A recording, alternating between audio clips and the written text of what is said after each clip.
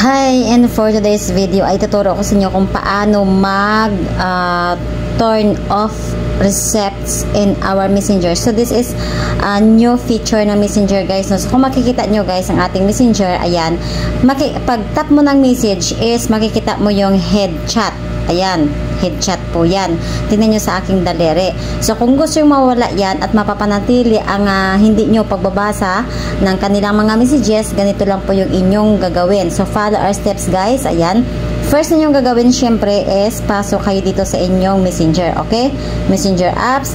And then pagkatapos, para hindi nila malalaman na binasa nyo ang kanilang message, ay pupunta kayo dito sa my conversation.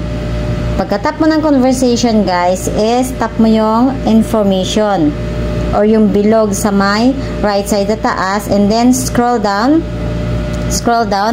may makikita kayong read receipts. Ito po, read receipts. Ayan. Dati, ang nakikita nyo dito is turn off read notification, pero ngayon po, dahil may new feature at new update si Messenger, ay read receipts na po siya. So, ang gagawin natin, guys, ay turn off po natin yung button na blue. Ayan. So, i-turn off natin tong button na blue.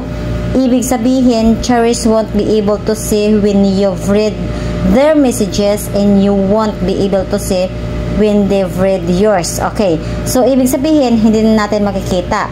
Okay. Punta tayo sa ating messenger, guys, at i-check po natin dito. Okay. So, kung makikita natin, guys, no, dito sa bandang baba, wala na siyang chat heads. Okay, wala na siyang bumababa. So, for example, mag-send tayo ng heart. So, pag nag-send tayo ng heart, guys, ganyan lang po yung makikita natin. So, kahit siya, pag na-read na niya po yung ating message, ay wala rin po tayong makikita na nabasa na niya. So, nakatulong ba sa iyo ang ating tutorial na to? Of course, kung oo, please don't forget to hit like, subscribe, and share sa ating video.